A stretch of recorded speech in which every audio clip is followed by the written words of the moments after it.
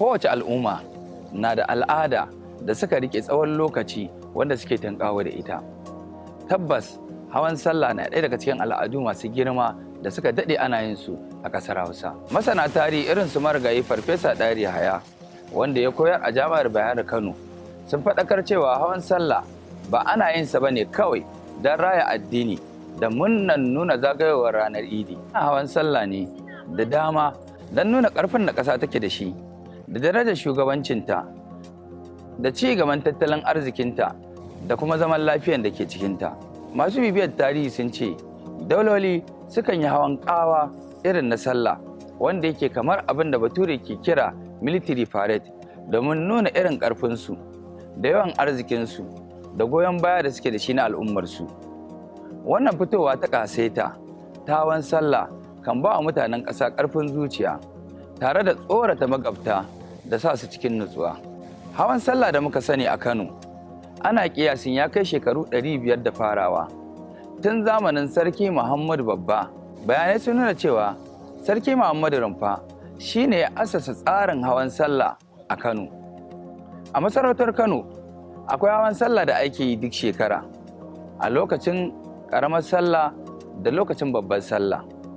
Daga cikin irin wannan hayaye da ake yi, akwai hawan ranar sallah da akan kira da suna hawan Idi, sai hawan daushe da ake yi a washe garin sallah, sai hawan Nasarawa, sai hawan ɗorayi da ake yi a idin ƙaramar sallah, da hawan Fanisau da ake yi a idin babbar sallah.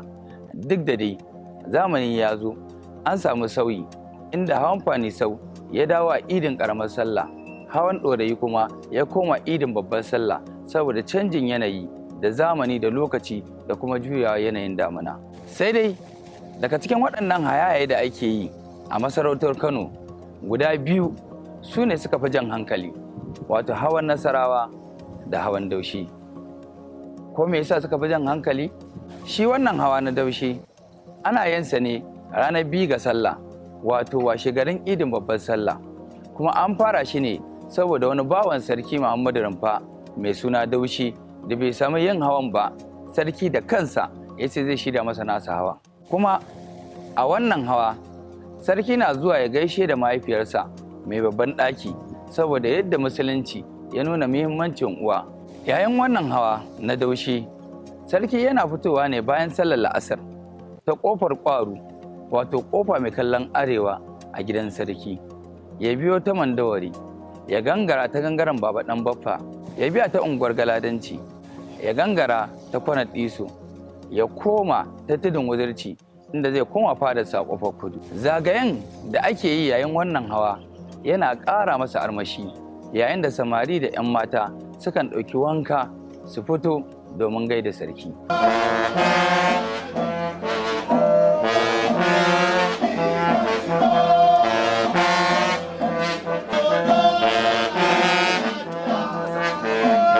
Hawan Nasarawa kuwa, yayin wannan hawa sarki na zuwa gidansa da ke Nasarawa, gab da gidan gwamnati. Daga nan ya zarce gidan gwamnati domin yi wa gwamna gaisuwar sallah, wanda daga bisani zai fito akan doki, inda zai gamu da cincirin da mutane da ke jiransa a bakin titi domin yi masa gaisuwar sallah da kuma ganin wucewarsa da shi da jama'arsa. Mafi yawan matasa na fitowa domin kallon hawan sarki na Nasarawa, domin kuwa mafi yawan samari da 'yan mata a wannan lokaci ne suke bajin kolin kwalliyarsu ta sallah. Akan yi wa hawan take da sunan hawan 'yan birni, domin hawa ne da ake yinsa da sanyin safiya. Hakan ta saba kowa ke zuwa kallon hawan daga ƙauye ba.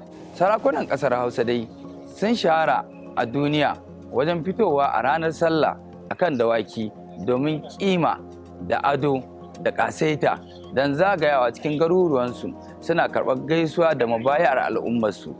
A duniya kaf babu inda ake biki mai yanayin haka sai a ƙasar Hausa. A ƙasar Hausa ma sai ƙasar Hausan Kanawan Dago. Nafi'u Usman Rabiu, Premier Radio.